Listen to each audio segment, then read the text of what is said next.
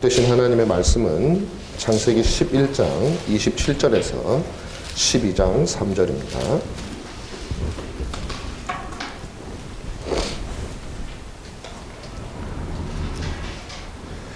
제가 봉독하도록 하겠습니다. 데라의 족보는 이러하니라. 데라는 아브라함과 나홀과 하란을 낳고 하란은 롯을 낳았으며 하란은 그 아비 데라보다 먼저 고향 갈대아인의 우르에서 죽었더라. 아브라함과 나홀이 장가들었으니 아브라함의 아내의 이름은 사레며 나홀의 아내의 이름은 밀가니 하란의 딸이요 하란은 밀가의 아버지며 또 이스가의 아버지더라. 사레는 임신을 하지 못하므로 자식이 없었더라.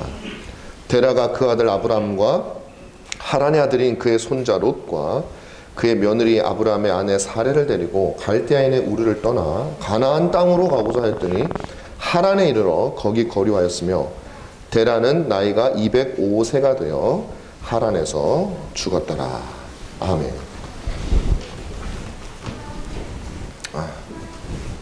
오늘 말씀의 제목은 새 시대를 열고 사람을 살리는 말씀이라는 말씀의 제목을 여러분들이 기억하시기를 바랍니다. 신년이 되었습니다. 새로운 마음으로 새로운 시대를 열고 싶을 마음이 여러분들에게 있을 줄로 압니다. 근데 이 조명을 일부러 안 킨 거예요, 장님? 네.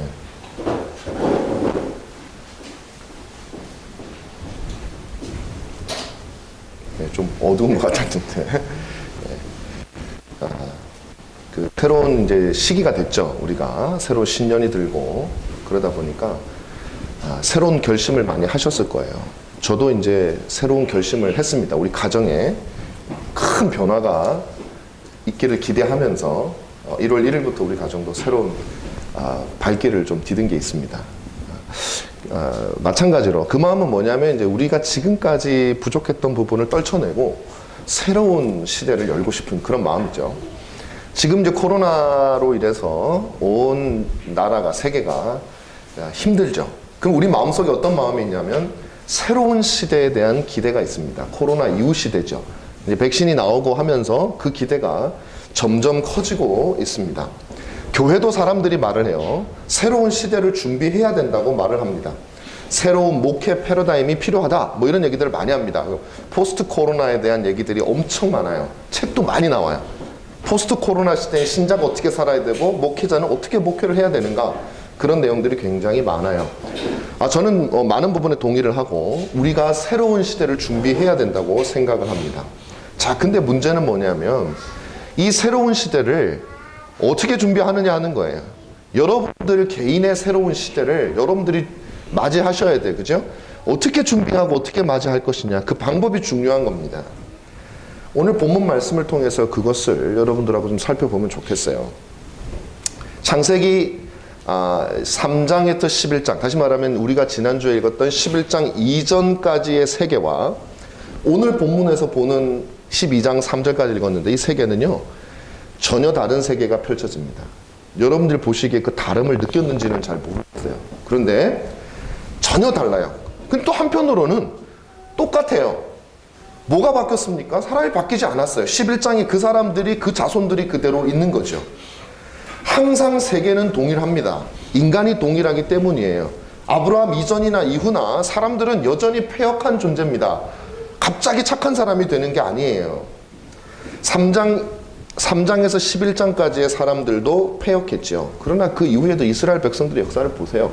패역합니다. 여전히 죄악되고, 지금 보세요. 얼마나 패역한지 몰라요, 사람들이. 얼마나 하나님 말씀을 길을 쓰고 어기려고 그 악해 마음에 생각하는 것이 항상 악함을 보시고라고 하는 이 창세기 6장의 말씀이 똑같이 오늘 이 시대에도 그대로 적용이 돼요. 우리의 마음에 항상 악한 것이죠. 별로 다른 것이 없어 보여요. 요즘에는 뭐 좋은 목사님들도 있고, 뭐 아브람 같은, 그 아브람 이후에는 아브람도 있고 다윗도 있고 뭐 이런 사람들 있지 않습니까? 창세기 그 전에도 있었어요. 노아도 있었고, 뭐 에녹 같은 사람도 있었고요. 뭐 셋도 있었고, 신앙인들이 있었습니다. 어떻게 보면 비슷해요. 그러나 전혀 다른 세상입니다. 여러분들이 그걸 캐치하셔야 돼요. 왜 전혀 다른 세상인가? 제가 오늘 그것을 여러분에게 말씀을 드리려고 합니다. 몇 가지 간단한 증거부터 제가 말씀을 드릴게요. 첫 번째로 두 세상이 왜 다르냐면 족보예요, 족보. 창세기에 보면 족보가 한 10번 나옵니다. 그 뭐 톨레도시라고 하는데 10번의 족보가 나와요. 근데 이 족보들이 쭉 나올 때마다 어떤 일들이 벌어지냐면 상당히 다른 국면으로 전환되는 것을 암시하는 듯한 메시지가 펼쳐집니다. 그러니까 쉽게 말하면 여러분 연극을 보실 때 막하고 비슷하다고 1막, 2막 있죠? 그 막하고 조금 비슷한 역할을 해요. 그래서 족보가 한번 나올 때에는 정리를 하거나 아니면 새로운 일이 펼쳐질 것에 대해서 얘기를 하거나 뭐 둘 중에 하나 그런 식으로 나옵니다. 오늘 본문도 마찬가지죠. 바벨탑 사건이 나와서 제가 지난주에 말씀드린 대로 인간이 얼마나 소망 없는 존재인가를 하나님께서 보여주시면서 셈의 족보가 등장하는 거죠. 그리고 데라의 족보로 나오는 거죠. 그러니까 셈의 족보에서 쭉 가다 보면 마지막에 데라가 나오고 그 데라의 세 자녀가 등장하면서 그 중에 하나가 아브라함으로 나온단 말이에요. 새로운 무언가를 제시를 하고 있는 것입니다. 둘째로는 세 아들. 아들이 셋이에요. 이건 뭐 약간 조금 오바일 수도 있는데 가만 보면요. 이 셈의 족보가 데라에서 이렇게 마감이 되는데 데라부터는 족보의 전개 방식이 다르죠. 그 전에 뭐 누가 낳고 이게 끝나는데 데라부터는 아들 3명을 언급하면서 구체적인 내용들이 나오기 시작합니다. 근데 이 데라가 아들이 셋이에요. 근데 우리 여러분 뭐 많이 들어보셨죠? 성경에 나오는 숫자 3 완전수, 10 완전수, 7 완전수 이런 거 들어보셨죠? 상당히 의미가 있는 얘기입니다. 그냥 끼워 맞추는 게 아니에요. 여기도 보면은 하나님께서 새로운 시대를 여실 때 종종 세 아들을 통해서 역사 시대에서 이전에 예를 들면 아담에게도 세 아들이 있었죠. 뭐 두 아들이 있었다가 죽고 하나 셋이 나오잖아요. 세 아들이 있었죠. 노아에게도 새로운 시대를 열잖아요. 이 사람들 그 전에 있었던 죄악된 사람들 싹 쓸어버리는 그 노아에게도 세 아들이 있었죠. 그리고 오늘 본문에도 데라라고 하는 사람에게 세 아들이 등장한다. 뭔가 국면이 전환되는 것을 우리가 볼 수 있는 것입니다. 자, 이런 뭐 외적인 증거도 있지만 의미적으로 보면 좀 더 분명하게 드러납니다. 오늘 이게 더 중요한 거예요. 아브라함의 시대는 새 시대예요. 왜냐하면 사실 말씀드린 대로 아브라함 이전에도 의인들은 있었어요. 뭐 셋, 에노 뭐 이런 사람도 있어 노아 있었죠. 그런데 한번 잘 생각해 보세요. 그 사람들의 역할은 어디서 끝나냐면 바벨탑에서 끝나요. 이 사람들은 뭐 예를 들면 물론 아브라함과 비슷한 시기에도 사실 아브라함은 하나님을 섬기던 사람이 아니었습니다. 여호수아가 말하기를 저 강 건너에서 우리 조상 아브라함이 우상 섬기던 자라 그랬어요. 근데 오히려 아브라함은 우상을 섬기지만 아브라함 당대에도 하나님을 섬기는 여호와를 섬기는 사람이 있었어요, 없었어요? 있었단 말이에요. 대표적으로 누가 기억나십니까? 욥도 있었죠. 그 다음에 또 아브라함이 뜬금없이 나타나가지고 아브라함이 11조 한 사람 있죠. 네. 멜기세덱 있죠. 그러니까 이런 사람들이 있기는 해요. 있기는 한데 이게 구속 역사, 하나님께서 구원을 이루어가는 구속 역사에서 어떤 큰 맥을 형성하는 사람은 아니에요. 그러니까 이 사람들은 그러니까 아브라함 하나님의 사람들은 어떤 사람이냐면 여기저기서 그냥 반딧불 같이 꺼졌다 켜졌다 하는 불이 화르르 탔다가 시드거드는 그런 사람들이었었어요. 그러니까 깜깜한 밤에 그냥 한 번씩 그 밤이 너무 깜깜하게 버리면 우리가 인간이 망하는 거니까 하나님의 은혜의 역사가 없는 거니까 하나님의 은혜의 역사는 아직 살아는 있어. 근데 향방은 정확하지 않아. 그 정도 사람들이었었어요. 구속사적으로 중요한 의미가 없습니다. 자, 그런데 그 이후 그렇게 해서 이제 온 세상이 캄캄하게 된 것이죠. 그러니까 아브라함 이전의 사람들의 상태를 요약하면 이렇게 할 수 있습니다. 하나님에 대한 도전이다. 배은망덕이다. 교만이다. 불순종과 불신앙. 이게 이제 아브라함 이전의 세상을 묘사하는 단어예요. 뭐예요? 하나님에 대한 도전, 배은망덕, 교만, 불순종, 불신앙. 그 결과가 뭐예요? 노아의 홍수, 멸망과 바벨탑에 의해서 흩어짐이란 말이에요. 이게 아브라함 이전의 세상을 말하는 것입니다. 반면에 아브라함 시대는 좀 달라요. 아브라함의 시대는 하나님의 구속 역사에 있어서 굉장히 중요한 의미를 가지게 됩니다. 왜냐하면 이제 하나님의 백성은 여기저기 화르르 타오르다 꺼지는 그런 불꽃이 아니에요. 아브라함과 그의 아들 이삭과 이삭의 아들 야곱을 통해서 이스라엘로 그 은혜이 형성이 돼요. 절대 끊어지지 않아요. 물론 어떤 사람은 이렇게 얘기할지 몰라요. 이스라엘이란 나라가 없어지지 않았습니까? 여러분, 이스라엘 나라 없어졌지만 나중에 이스라엘이라는 민족을 통해 주 예수 그리스도거든요. 그러니까 아브라함과 그 다음에 이삭과 야곱과 그리고 많은 이스라엘 백성들을 통해서 특별히 유다 족속들을 통해서 다윗과 그 많은 사람들도 누가 나와요? 예수 그리스도라고 하는 구속사의 주인이신 우리를 구원하기 위해서 오신 바까지 연결되어진다. 그리고 끝이에요? 아니에요. 그 주 예수 그리스도로 말미암아 진정한 아브라함의 자손인 교회까지 연결되어지고 그 교회가 어디까지 온 거예요? 우리까지 온 거예요. 그러니까 아브라함에게서부터 시작된 그 구속의 역사가 끊어지지 아니하고 지금까지 온 거예요. 그러니까 그 전하고는 다른 거예요. 그래서 여러분 이 마태복음이요 아브라함부터 시작하는 거예요. 그 앞에도 뭐 노아도 있고 뭐도 있는데 얼마나 섭섭하겠어요. 노아 나는 왜 내 이름 안 써줘? 그럴 수도 있잖아요. 근데 그런 차원이 아니에요. 아브라함부터 하나님의 본격적인 구속의 의미 있는 구속의 역사가 시작되기 때문에 뭐 그 전이 의미가 없다는 건 아니고 조금 다른 의미인 거죠. 그래서 아브라함부터 주어지게 되는 것입니다. 완전히 새 시대예요. 자, 그렇다면 그 아브라함 이전의 시대의 특징이 하나님에 대한 도전이고 배은망덕이고 그 결과가 멸망과 구원의 시대다. 이렇게 한마디로 얘기할 수 있어요. 구원의 시대다. 뭐 다 구원받는다는 얘기 아니에요. 그 구원을 향해서 나아가는 시대라는 거예요. 구원의 불꽃이 피어오르는 시대라는 것이죠. 그 이전이 불신앙이었다면 이제는 신앙의 시대요. 그 이전이 멸망과 흩어짐의 시대였다면 그 아브라함 이후부터는 구원과 하나됨의 시대로 가는 거예요. 그러니까 바벨탑에서 흩어진 인간은 그리스도 안에서 하나가 되는 거예요. 바벨탑에서 퍼져버린 인간은 주 예수 그리스도를 머리로 하는 교회 안에서 하나가 되어지는 거예요. 완전히 반대 세상이에요. 그렇다고 해서 아브라함 이후에 세상이 뭐 맨날 다 말 잘 듣고 무슨 완벽하고 전혀 아니죠. 여러분이 아시다시피 이스라엘도 불순종이죠. 결국 그래서 나라는 망하는 겁니다. 근데 그건 뭘 보여주냐면 인간의 본성은 여전하다는 거예요. 지금도 마찬가지예요, 여러분. 지금도 마찬가지예요. 여전해요. 똑같아요, 아브라함 이전과. 그러나 동시에 하나님께서는 아브라함을 통해서 은혜로 이 세상의 구원 계획을 진행해 나가시는 거예요. 그래서 아브라함 스토리를 보면 아시겠지만 이 아브라함의 스토리, 아브라함의 신앙의 핵심은 뭡니까? 간단하게 얘기하면 믿음과 순종이에요. 믿음과 순종.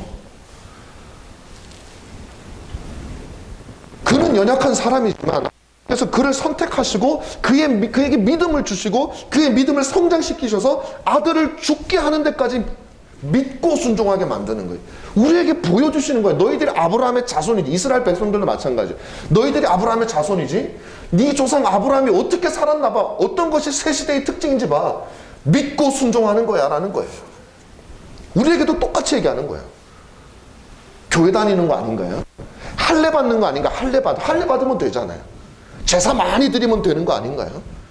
아니야. 믿고 순종하는 거예요. 굉장히 중요한 것입니다. 그래서 그 전은 패배의 역사였다면 아브라함 이후부터는 여러분 승리의 역사입니다. 주 예수 그리스도께서 승리하셨고 그 안에 있는 모든 자들이 승리할 것이기 때문에 승리의 역사예요. 완전히 다르는 겁니다. 아브라함의 인생은 저는 개인적으로 성경에서 의미 있는 인생을 저는 아브라함의 인생이라고 봐요. 아브라함의 인생에 보면 하나님께서 아브라함의 자손인 신자들에게 어떻게 하는 것이 그대로 나타나 있어요. 믿음이 부족했어요. 아브라함이 처음부터 믿음 좋은 거 아니면 제가 이제 앞으로 다음 주부터 우리 아브라함 설교할 텐데 믿음이 원래부터 좋은 게 아닙니다. 아브라함의 믿음이 처음부터 모든 믿음의 요소를 다 갖추고 하나님을 제대로 바라본 거 아니에요. 아브라함이요 사실 믿음이 제대로 없어요. 그래도 조그만 믿음이라도 있긴 해서 하나님 주신 거지만 그래서 왔는데 얼마나 믿음이 연약했었냐면은 가나안 땅에 왔어요. 하나님이 가라고 하는 땅에 왔죠. 왔는데도 불구하고 알아야지. 하나님이 그 땅 갔다가 기근이 들면 믿음으로 하나님께서 오라 하셨으니 나는 여기 있어야지. 기근 드니까 잽싸게 어디로 갔잖아요. 애굽으로 도망가가지고 또 거기서 뭐 이런 부인이 보니까 너무 이뻐. 근데 그 나이가 엄청 많은데 왜 모르겠는데 뭘 잘 먹었나 봐요. 너무 이뻐. 너무 이쁘니까 이거 왕이 우리 부인 뺏어가겠는걸? 그래서 속여야지. 누이라고 속였다가 그 왕이 자기 부인을 대하는 것을 옆에서 뻔히 지켜보는 정말 남편으로서는 빵점짜리. 자기 살기 위해서. 그게 아브라함이었어요.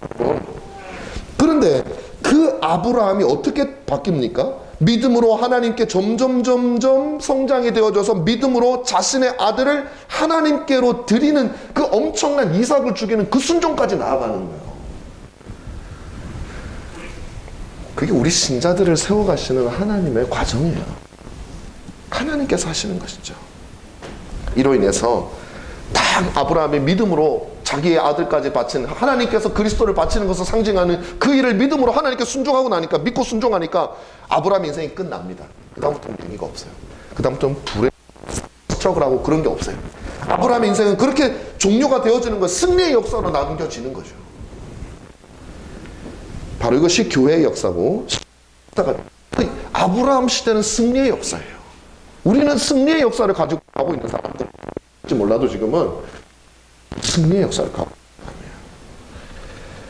바로 이것이 교회의 역사요, 신자의 역사가 될 것입니다. 그리고 우리는 이것을 하나님의 구원 계획이라고 부릅니다.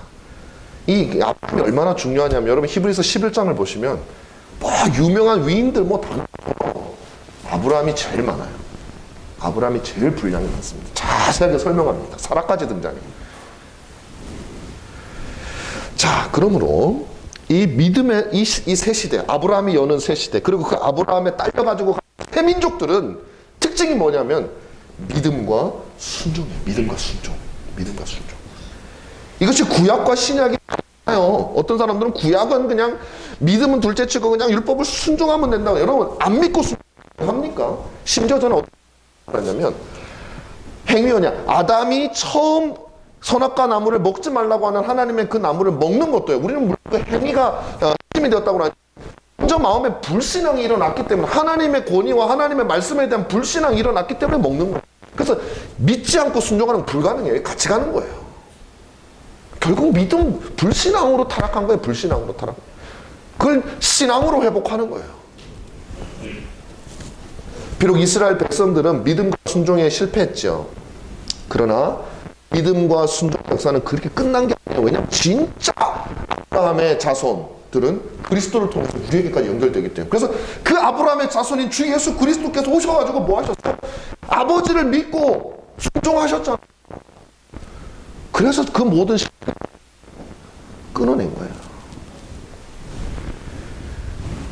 구약시대도 마찬가지입니다. 하나님의 이스라엘이라는 나라는 전체가 폐역하는 방향으로 가지만 그 가운데 남은 7,000명, 남은 사람들, 그루터기, 이들은 그 하나님을 믿는 그 믿음으로 삽니다.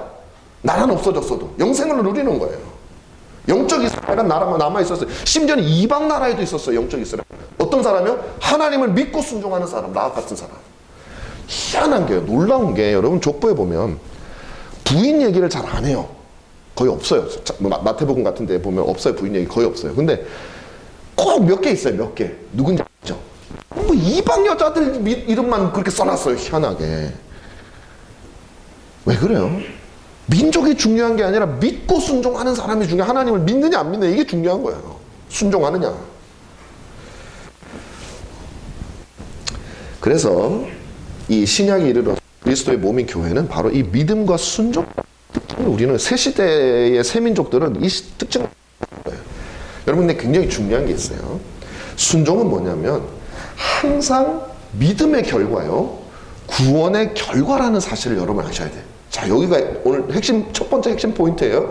순종. 구약이나 신약이나 어떤 사람들도 다 순종하는 것 같고, 뭐 어떤 사람들을 보면 더, 유대인들을 보세요. 얼마나 더 순종하는 거, 율법을 잘 지킵니까? 그런데 중요한 건 뭐냐면 이 순종은 믿음의 결과여야 되고 구원의 결과여야 한다라는 사실이에요.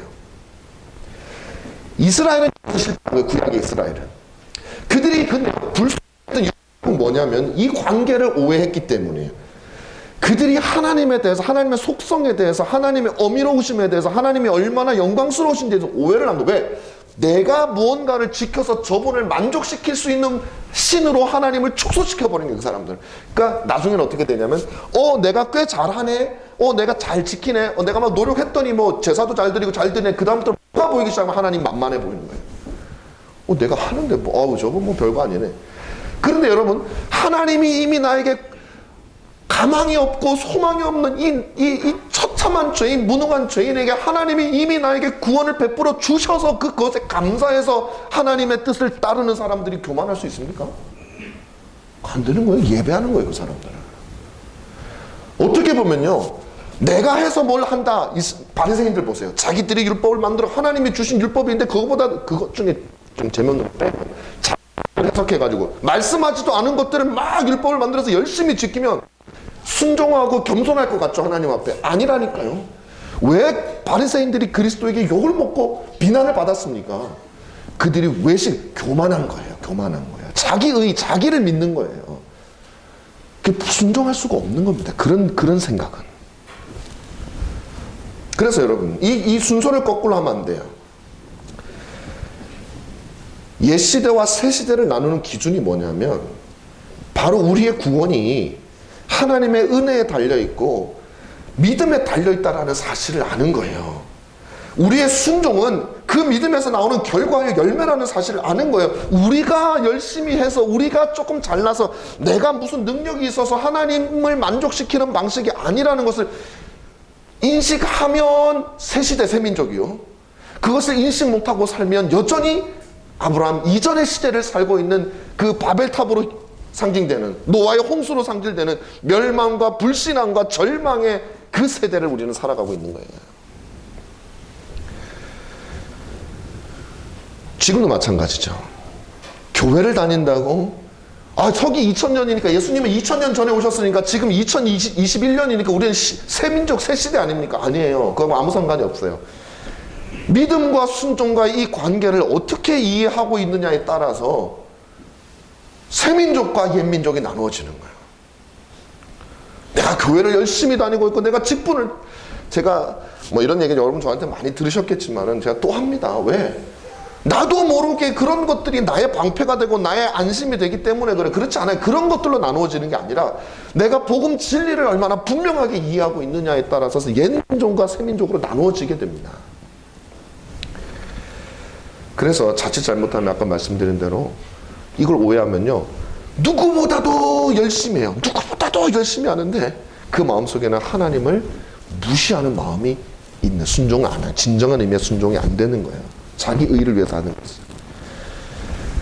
자, 그 다음에 우리가 살펴볼 것은 또 이 옛시대와 새시대, 아브라함을 기준으로 해서 어떻게 옛시대와 새시대가 나누어지는가 하는 것을 제가 여러분들에게 좀 설명을 드리려고 해요. 저는 이런 궁금증을 가진 적이 있습니다. 11장, 창세기 11장, 우리가 읽었던 11장과 12장의 구분이 좀 이상하다는 생각을 했어요. 왜냐하면 셈의 족보까지를 그냥 11장으로 끊고 27절부터는 12장으로 넣었으면 좋았을 텐데, 아니 아브라함 시리즈니까 앞에는 아브라함하고 좀 관계가 없으니까 이제 데라부터 해서 제대로 아브라함에 대한 이야기로 쫙 들어가면, 영화 같으면 그렇게 만들었겠다, 저는 그런 생각을 했었어요. 그런데 여러분 물론 이 성경 장절의 구분은 하나님이 하신 건 아니에요. 이거 나중에 이제 후대에 하는 거기 때문에 절대적인 겁니다. 그런데 제가 볼 때는 잘 나누는 거예요. 이 장절이 의미 있게 나누고 새 시대와 옛 시대가 여기서 구분이 되어지는 거예요. 제가 오늘 왜 21장과 22장을 같이 읽었냐면 옛 시대와 새 시대를 같이 보여드리기 위해서 읽은 거예요. 기가 막히게 나누어집니다. 어떻게 이 두 시대가 달라버리냐 한번 보십시오. 11장은 아브라함이 등장하지요. 아브라함 이름이 등장하지요. 그러나 그 시대는 옛 시대입니다. 새 시대가 아니에요. 12장부터 새 시대가 시작됩니다. 자, 만약에 여러분 아브라함이 새로운 시대를 여는 조상이라면 아브라함에게는 자손이 있어야 돼요. 하나님이 내가 너 이전까지는 옛 시대고 너부터 새 시대를 열어줄게. 자손이 있어야 되면 여러분 구약 시대는요, 모든 어떤 전통이나 어떤 의미나 이것들이 가족을 통해서 전달이 되어지게 되죠. 그래서 새 민족의 족장이 되고 새 민족을 여는 창시자가 그 자녀들을 통해서 전달이 되어지는 겁니다. 그럼 아브라함이 새 시대를 여는 사람이라면 그에게는 필연적으로 많은 자손이 있어야 돼요. 그런데 11장 30절에서는 뭐라고 얘기하냐면 이렇게 얘기해요. 딱 단언적으로 얘기해버려요. 사례가 임신하지 못함으로, 사례가 임신 못했대요. 자식이 없었더라. 이게 이게 왜 12장에 안 적히고 11장에 적혔을까요? 옛시대에 속한 특징이기 때문에 그래요. 여러분 옛시대에 속한 특징이 뭐라 그랬어요? 멸망, 파멸, 터짐, 불행, 절망, 캄캄함.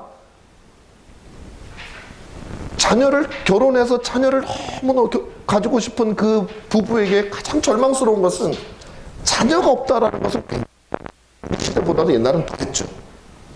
아브라함이 말하는 거예요. 아브라함은 이렇게 절망적인 사람이었다라는 거예요. 11장 30절에. 그의 상태를 보여주는 거예요. 예시대에 속한 아브라함의 상태를 보여주는 거죠. 소망이 없는 상황. 인간에게는 아무런 희망도 없는 거예요. 심지어는 아브라함에게도 마찬가지죠. 새 시대를 열 사람인데도 그가 예시대에 속해 있을 때는 그런 사람이었었어요. 더구나 오늘 더 재밌는 건 뭐냐면 아브라함의 아버지 데라가 가나안에서 세 아들을 데리고 떠납니다. 여러분, 우리가 지금 많은 사람들이 잘못 알고 있는 게 뭐냐면 아브라함과 아버지가 다 갈대아 우르에 있는데 하나님께서 아브라함에게 나타나서 야, 아브라함은 가나안으로 가라 그래가지고 막 아브라함이 막 그 가족들 다 설득해가지고 막 데려간 것처럼 우리가 많이 알고 있는데 뭐 정확하진 않죠. 이게 정확하진 않은데 저는 그렇게 안 봅니다. 왜냐하면 오늘 본문에도 막 데라가 데려가요. 데라가 가나안으로 떠납니다. 가나안으로. 그러니까 아브라함이 어쨌든 아들로서 아버지를 따라가게 되는 것이죠. 자, 그런데 이 가나안은요 원래 아브라함이 가려고 했던 곳이 아니잖아요. 데라가 가려고 했던 곳이잖아요. 우상이던 그 아버지 데라가 데려가려고 하던 곳이 아브라함인데 하나님이 지시한 땅이 아니에요. 아브라함한테. 물론 나중에 제가 다음 시간에 설명할 거기 때문에 제가 오늘 할까 말까 지금 하다가 조금 하면 아브라함이 가죠. 아브라함이 가는데 어디로 가냐면은 아브라함이 하란에 있을 때 아버지가 자기들을 갈대아 우르에서 데리고 나와서 하란에 가서 거기서 있을 때 아브라함이 하나님의 음성을 듣고 떠납니다. 하란을. 그러고서 내가 지시할 땅으로 가라 그랬는데 그 지시할 땅으로 가는데 어디로 하나님 어디로 가야 돼요? 가나안이라고 말씀 안 하세요. 근데 왜 갔을까? 아버지가 가려던 땅이니까 그냥 가는 거예요. 근데 갔다 딱 도착하니까 하나님이 뭐라 그러냐면 야, 여기가 내가 원래 데리고 오려고 했던 곳이야. 그러니까 그래서 갈 바를 알지 못하고 간 거예요. 우리 히브리서 11장에 보면은 아브라함이 갈 바를 알지 못하고 갔다 그랬잖아요.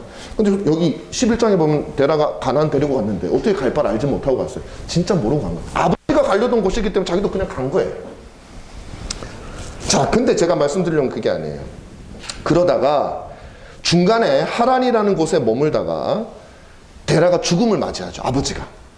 자, 근데 지금 보세요. 이 죽음이라는 건 오늘 본문 말씀 제일 마지막에 32절에 그 12장이 들어오기 전에 데라는 11장에서 죽음을 맞아요. 근데 실제로 데라가 죽은 건 언제냐면요. 12장 이후예요. 왜냐하면 데라하고 엄밀하게 따지면요. 데라가 205살인가 죽었거든요. 70세에 아브라함을 낳았어요. 근데 아브라함이 135세 때 데라가 죽은 거잖아요. 근데 사라가 언제 죽냐면 아브라함이 137세에 죽어요. 그러니까 데라가 죽고 나서 2년 후에 사라가 죽어요. 그러면 아브라함의 인생의 대부분의 일들은 데라가 살아있을 때 일어난 일이에요. 우리 그 성경을 보면 아닌 것 같지만 무슨 말이에요?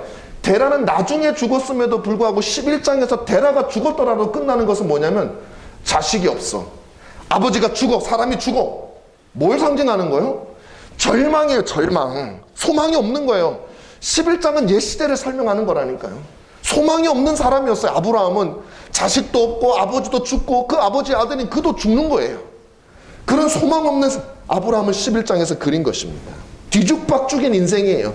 계획과는 다르게 되는 인생이에요. 가나안 가려고 그랬는데 하란에 머무는 그런 인생이에요. 내 뜻대로 되는 게 별로 없어요. 그게 바로 옛시대에 속한 인생. 오늘날 이 시간에도 옛시대에 속한 인생들이 너무너무 많아요. 돈 많은 사람, 권력 있는 사람이 새 시대에 속한 사람이 아니에요. 잘 되는 것 같지만 나중에 알 거예요. 내 인생이 진짜 뒤죽박죽이었구나. 절망이구나. 멸망이구나. 흩어짐이구나. 라는 것을 알게 될 거예요. 이 상태에서 12장이 시작되는 거예요. 분위기가 완전히 달라요. 새로운 역사가 시작되니까. 근데요, 새로운 역사가 시작되는데 아브라함이 뭘 하나 보세요. 아무것도 하는 게 없어요. 아브라함은 12장에 그런 내용 자체가 없어요.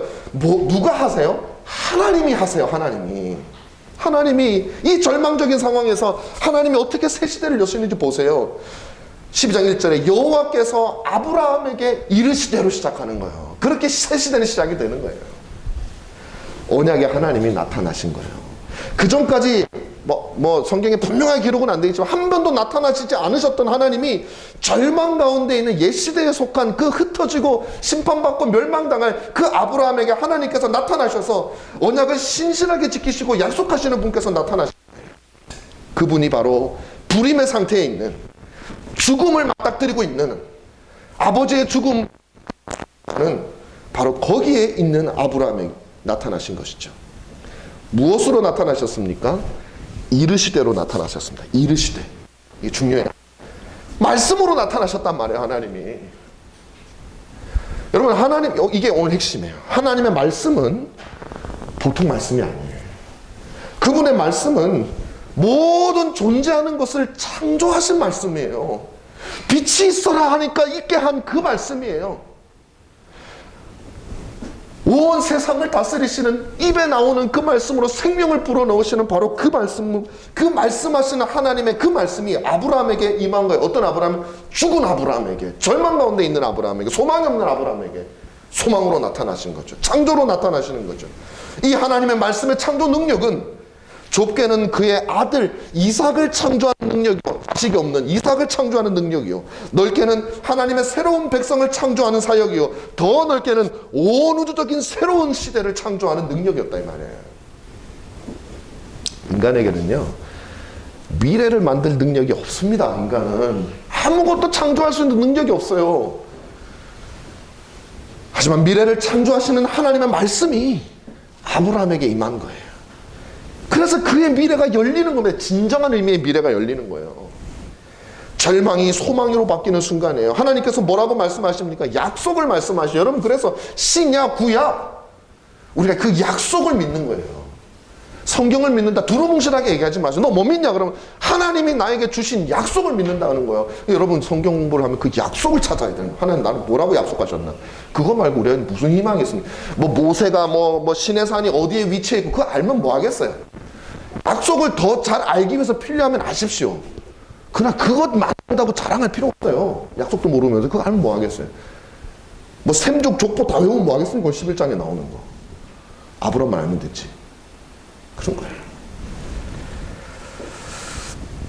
절망 가운데 있는 아브라함에게 찾아오신 하나님의 말씀은 바로 이 약속입니다. 창조의 능력이고 약속의 말씀이 주어진 거죠. 바로 이 순간 없던 것이 생겨나, 창조의 능력이니까 이삭이 생겨나기 시작했고, 아들 야곱이 생기기 시작했고, 12명의 아들이 생기기 시작했고, 다윗이 생겼고, 마리아가 생겼고, 그리스도가 생겼고, 그분을 머리로 하는 온 교회가 바로 이 순간에 생겨난 거예요. 물론 그 전에 작정되어 있었지만.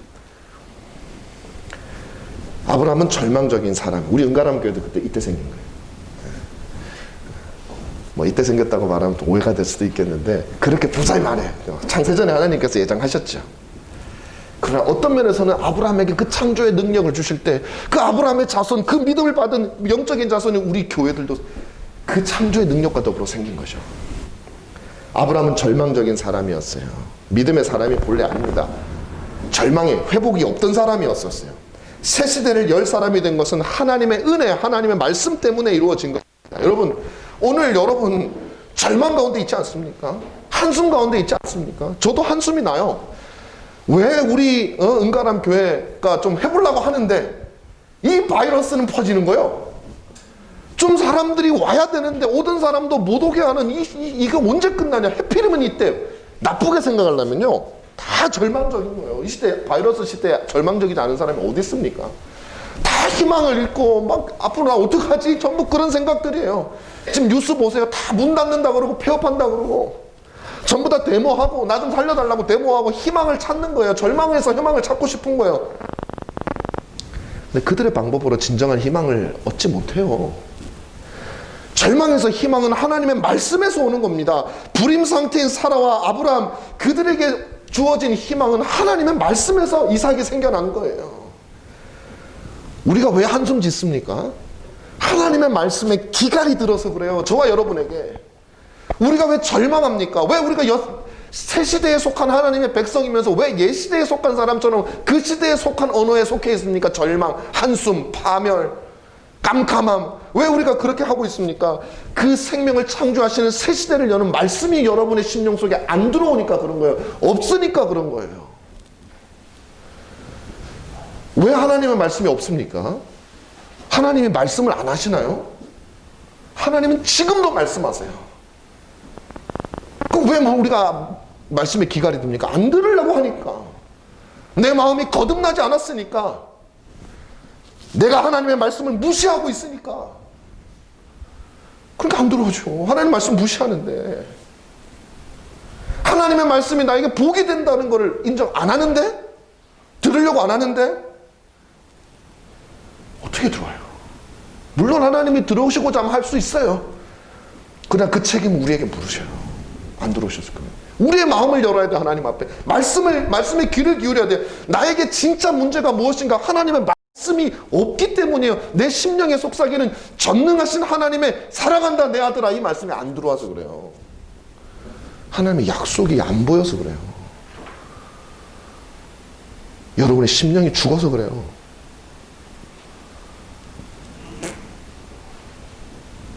하나님의 말씀은 죽은 자를 살리는 말씀이죠. 만물을 창조하신 말씀. 그래서 바울은, 제가 이거 많이 여러분들에게 말씀을 드립니다. 그의 믿음 바 하나님은 죽은 자를 살리시며 없는 것을 있는 것 같이 부르시는 이신이라 아브라함 보고 한 얘기예요, 바울이. 그 말씀이에요. 부르시는 거예요. 부르시는 거예요. 없는 것을 부르면 거예요. 나사로가 무덤에서 죽어 있을 때 그 절망적인 상황을 생각해 보세요. 그의 누이들도 울고 사람들도 울고 있었어요. 이미 무덤에 묻힌 자에게 무슨 소망이 있습니까? 바로 그때 말씀이신 그리스도께서 오셔가지고 야 나사로야 나와라 하니까 시체가 나오는 거예요. 말씀이에요. 이게. 우리 영혼도 하나님 그렇게 살릴 수 있도록 믿습니다. 에스겔 37장에 하나님은 에스겔에게 마른 뼈들을 보여요. 사람들이 다 시체가 다 썩고 뼈밖에 안 남아있는 거, 소망이라고는 전혀 없는 것이에요. 그곳에 그는 하나님께서 하신 말씀을 대언해요. 자기 소리 하는 게 아니에요. 무슨 거기다가 막 찰흙을 입혀가지고 어떻게 해보고 뭐 그러는 게 아니에요. 말씀을 대언했더니 죽었던 것들이 살아나요. 우리에게 보여주는 거예요. 옛시대에 속했던 사람들이 어떻게 새 시대로 가느냐? 하나님의 말씀이 나에게 와야 돼요. 그것을 사모해야 돼요. 그러므로 우리가 해야 될 일이 있습니다. 방금 제가 말씀드렸지만 하나님의 말씀의 능력을 저와 여러분들이 믿어야 됩니다. 여러분이 만약에 내 상황이 어떤 의미에서건 절망적이라고 생각을 하신다면, 혹은 답답하다고 생각을 하신다면, 희망이 없다고 생각하신다면 딴 데서 찾지 마세요. 물론 필요합니다. 우리가 돈이 없는 사람에게 돈이 필요해요. 근데 그 돈이 우리를 옛시대에서 새시대로 옮겨주지는 못해요. 희망이 솟는 것처럼 보이지만 그것이 얼마나 더 큰 절망인지 언젠간 알게 될 거예요. 하나님의 말씀의 능력을 믿어야 됩니다. 나에게 말씀해 주시면 새벽에 여러분 기도하셔야 돼요. 하나님 나에게 말씀해 주세요. 내가 지금 답답하고 내가 뭐 힘들고 어려운 점이 있는데 내가 뭐 이게 있었으면 좋겠고 저게 있었으면 좋겠고 이 일이 풀렸으면 좋겠고 이런데 하나님 압니다. 그것이 나의 해답이 되지 않음을 압니다. 나에게 하시는 그 없는 것을 있는 것처럼 부르시는 그 능력을 나에게 주시옵소서. 내 마음에 말씀하여 주시옵소서. 기도해야 돼요. 능력을 믿어야 기도하죠. 능력 안 믿으면 기도 못하지. 그래, 하나님 말씀을 사모하십시다. 하나님 말씀이 나에게 들려지기를 위해서 여러분 구하십시다. 하나님 앞에. 두 번째로 말씀을 그러므로 가까이 하십시다. 뭐 구하기만 하고 말씀 가까이 안 해. 성경을 보지도 않고 말씀을 선포해도 듣지도 않고 여러분이 책임지실 거예요. 안 듣는 것은. 듣는 척하면서 안 듣고 있을 수도 있죠. 여러분 심령이 그것을 하나님 앞에서 변명해야 됩니다. 여러분 들으십시다. 말씀을 읽는 곳, 듣는 곳에, 울려 퍼지는 곳에 가세요. 오세요. 그리고 읽으세요. 또 성경도 읽으시고 또 좋은 경건서적들도 읽으세요. 하나님 말씀을 자꾸 접해야 됩니다. 아브라함에게 하나님은 직접 찾아가셔서 말씀하셨지만 이제는 하나님 찾아가시지 않았어요. 왜? 이 말씀을 우리한테 주셨으니까. 이 말씀 안 보고요 새벽에 기도만 하면 안 돼요. 하나님 말씀이 여러분 어떻게 떠올라요? 내 생각만 떠오르지. 같이 해야 돼요. 같이. 하나님 말씀이 있는 곳에 여러분 읽고 듣고 하시길 바랍니다. 세 번째로는 그 말씀을 읽고 듣고 그분의 백성으로 순종하는 여러분들이 되시기를 바랍니다. 아브라함의 새 시대의 인물이라고 했습니다. 그 전 시대가 의심과 불순종의 시대였다면 아브라함은 믿음과 순종의 시대를 산다 그랬어요. 순종해야 돼요. 그것이 믿음이 있다라는 증거예요. 믿음이 있어야 순종이 가능합니다. 제가 드렸죠. 저는 순종 잘하는데요.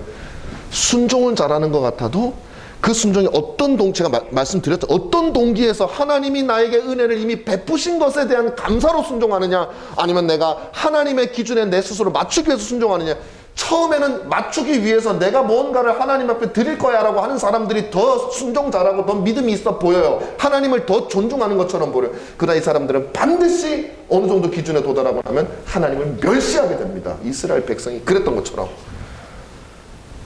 같은 말이에요. 그거는 열등감과 우월감이 같은 말인 것처럼. 열등감 많은 사람들이요, 좀 잘 되면 우월감을 가져요. 우월감 막 가지고 있는 사람들 좀 못 되면 열등감을 많이 가져요. 같은 감정이에요. 여러분, 하나님의 말씀을 사모하고 그 말씀을 듣기로 노력하고 그 다음에 그 말씀에 따라 순종하기로 노력하는 것은 새 시대 새 민족의 특징입니다. 그러면 마지막으로 어떻게 우리가 이 하나님 말씀에 응답하겠는가? 하나님을 깊이 알아야 됩니다. 여러분, 하나님을 대충 알려고 하지 마. 목사가 아닌데 뭐 이렇게 알아야 돼? 여러분 목사는 아니지만 여러분은 하나님의 자녀잖아요. 목사기 때문에, 물론 목사는 더 알아야죠. 더 알아야죠. 그래서 여러분, 하나님의 자녀라는 이유만으로도 그 하나님을 평생을 통해서 알고 또 알아야 될 이유가 생기는 거예요. 왜? 그분은 복되신 분이기 때문에. 그 믿음이 있잖아요. 하나님 자녀는 그 믿음이, 우리 아버지 복된 분이야. 더 알고 싶어. 가만 보면요, 나는 하나님에 대해서 궁금하지가 않아. 하나님이 하나님을 굳이 알아야 되나, 이런 분들은 대부분이 그거예요. 하나님이 복된 분이라는 사실을 믿지를 못하는 거예요. 그거 알면, 믿으면 더 알고 싶죠. 하나님을 더 많이 알고 싶죠. 더 연구하겠죠. 칼빈은 뭐라 그랬는지 아세요? 믿음이란 무엇이냐? 하나님이 우리에게 복을 베풀어 주시고 우리에게 유익을 주시는 분이라는 사실에 대한 지식이라 그랬어요. 그러니까 하나님이 전능하시고 막 능력이 많으시고 그것도 굉장히 좋아요. 그러나 하나님이 어떤 의미에서 참된 우리의 유익이 되시는가를 바르게 알고 있는 지식이 곧 믿음이라고 그랬어요. 여러분, 하나님은 복되신 분이라는 사실을 아셔야 돼요. 어떤 사람들은 기독교 신앙을 우습게 여기는 사람들이 있어요. 그게 뭐 별거 있나? 그냥 막 믿고 그냥 기도하고 막 그냥 우리 아버지 어머니 하던 대로 그냥 막 교회에서 하라는 것만 하면 되지. 얼마나 교만하고 얼마나 부끄러운 생각인지 모릅니다. 여러분, 하나님이 혹시 여러분들 중에 그런 마음 가지고 계신다. 뭐 이렇게 하나님에 대해서 자세하게 알아야 됩니까? 여러분, 그러면요, 그거 정말 잘못된 생각이에요. 왜 그러냐면 하나님이 그렇게 단순하리라고 여러분 생각하시진 않잖아요. 하나님이 그렇게 단순한 거, 내가 이해하고 있는 하나님이 전부인 만큼 그렇게 단순한 것 같으세요? 그렇지 않습니다. 하다못해요, 이 세상 원리들을 연구하고 머리 좋은 사람들이 이 세상 원리들을 연구하고서 글을 쓰면 그 철학책 있죠. 여러분, 철학책 보셨나요? 보신 분도 계시겠죠. 진짜 어렵습니다. 세상 것들을 들여다보고 인간의 머리로 이미 만들어진 것 가지고 혼자 생각해서 써낸 책이 도대체 무슨 말인지 이해가 못할 만큼 어려워요. 그럼 그게 쓸모가 없냐? 아니에요. 그 사람들이 만들었던 그 철학과 그 사상이 오늘 이 시대 이 세상을 지배하는 사상이에요. 정치인들과 이 사회를 주물럭거리는 사람들의 사상은 바로 그 우리보다 50년, 100년을 앞서갔던 그 철학자들의 사상이 이제 우리에게 피부로 와닿는 거예요. 알아야 됩니다. 하다못해 세상에 사람들이 한 것도 극히 어려워도 알아야 돼요. 하물며 우리 하나님이 쉽겠습니까? 우리 하나님이 그저 그냥 예수 잘 믿고 와서 그냥 기도 열심히 하면 하나님이 아이고 그냥 기도 열심히 하는구나, 돈 많이 줄게. 나는 기도 많이 했는데 돈 많이 안 받죠. 예수 안 믿을래. 그렇게 유치원생들도 이해할 수 있을 만큼 그렇게 쉽기만 하겠습니까? 쉬운 것도 있어요. 쉽기만 하겠습니까? 아니에요. 하나님 어렵습니다. 어려운 만큼 그 하나님의 은혜를 의지해서 그분을 알게 되면 IQ로 하는 것이 아니라 성령의 은혜로 성경 말씀을 통해서 우리에게 하나님에 대한 놀라운 지식을 우리에게 알려주신단 말이에요. 여러분, 그 지식을 사모하시길 바라요. 제발 그렇게 하시길 바랍니다. 한 유명하고 존경받는 목사님이 한 훌륭한 신학자여 목회자였던 분이 쓴 설교집에 대해서 칭찬을 하시면서 한 말씀이 있는데 제가 그걸 쭉 읽고 한번 읽어드리겠습니다. 좀 길지만 잠깐 읽어드리겠습니다. 한번 잘 들어보십시오. 제가 보기에 설교자가 가끔 이런 설교를 해야 한다고 봅니다. 제 경우에 그렇습니다만 설교를 하다 보면 지금 내가 맡고 있는 성도들의 현실이나 수준에 맞지 않는 어렵고 전문적인 내용을 다루어야 할 때가 있습니다. 그렇다면 그런 것을 풀어놓는 것이 설교로서 가치가 있을까 하는 그런 문제입니다. 신학적인 문제를 예를 들면 3분설과 2분설, 세례냐 침례냐 이런 것들이 성도에게 과연 맞느냐 하는 것입니다. 제가 보기에 성도의 현실이니 지금 여기를 찔러주는 그런 설교가 아니더라도 필요에 따라 어려운 설교도 해야 된다고 저는 생각합니다. 설교는 꼭 설교 같은 그런 내용만 전달되는 것이 아닙니다. 설교를 하는 사람의 열심, 인격 같은 것도 쓰임을 받습니다. 더더욱 오늘 설교는 되게 어렵네요 라고 말하게 되는 것도 설교의 효과입니다. 어려운 설교가 성도들에게 어떤 영향을 줄까요? 기독교 신앙이라는 것은 우리가 생각한 것보다 센 거구나. 이것도 하나의 메시지가 됩니다. 대부분의 일반 성도들은 성경의 사상을 자기 손에서 갖고 놀 수 있는 정도라고 생각해 버립니다. 여느 철학 이념과 비슷하겠지라고 생각합니다. 사람들이 만든 것들과 비슷하다고 생각합니다. 가끔은 이런 생각에 일침을 가할 필요가 있습니다. 일부러 내용이 어려운 설교를 해서 잘난 척 하라는 얘기가 아니라 그런 대목이 필요할 때가 있다는 말입니다. 그러면 우리만이 아는 하나님의 다스리심, 그것의 탁월함과 광활함을 최대한 풀어내야 됩니다. 듣는 사람이 오늘은 그냥 머나먼 지평선을 보고 왔어 라고 생각을 하고 그렇게 돌아가게 해야 될 책임이 설교자에게 있습니다. 그것도 설교입니다. 우리는 설교를 너무 단순화해서 도식화해서 생각합니다. 선 몇 개 그어놓고 자 이대로 따라오면 목적지에 도착합니다. 이런 약도로만 알고 있는 위험성이 있습니다. 물론 성도들의 삶의 자리를 그대로 노출시키는 간단 명료한 구조의 설교도 필요하지만 그냥 드넓은 땅, 한없는 하늘, 저 깊은 바다 이것을 보여주는 설교가 되는 때도 있음을 잊지 마십시오. 그 속에서 하나님의 넓고 높고 기묘하신 감히 범접하지 못할 무한하심이 전달되면 그 앞에 항복하는 사람도 나옵니다. 저는 이 말씀을 오래전에 읽었는데 이 글을 물론 뭐 어렵게 한다고 좋은 설교라는 얘기는 아닙니다. 근데 여러분 정말 하나님에 대해서 여러분들이 간단하게 생각하지 마세요. 간단하게만 생각하지 마세요. 하나님은 우리 지혜로는 도달할 수 없는 무한히 어려우신 분이시기도 하세요. 그런데 하나님이 허용해 주신 것까지는 우리가 나아가야 돼요. 그럼 왜 허용하셨을까요? 그 곳까지는 가는 곳마다 하나님의 은혜와 복이 있기 때문에 하나님이 허용하신 거예요. 하다못해 체력이라도 기르라고. 그렇지 않겠어요? 하나님이 이유 없이 그랬겠습니까?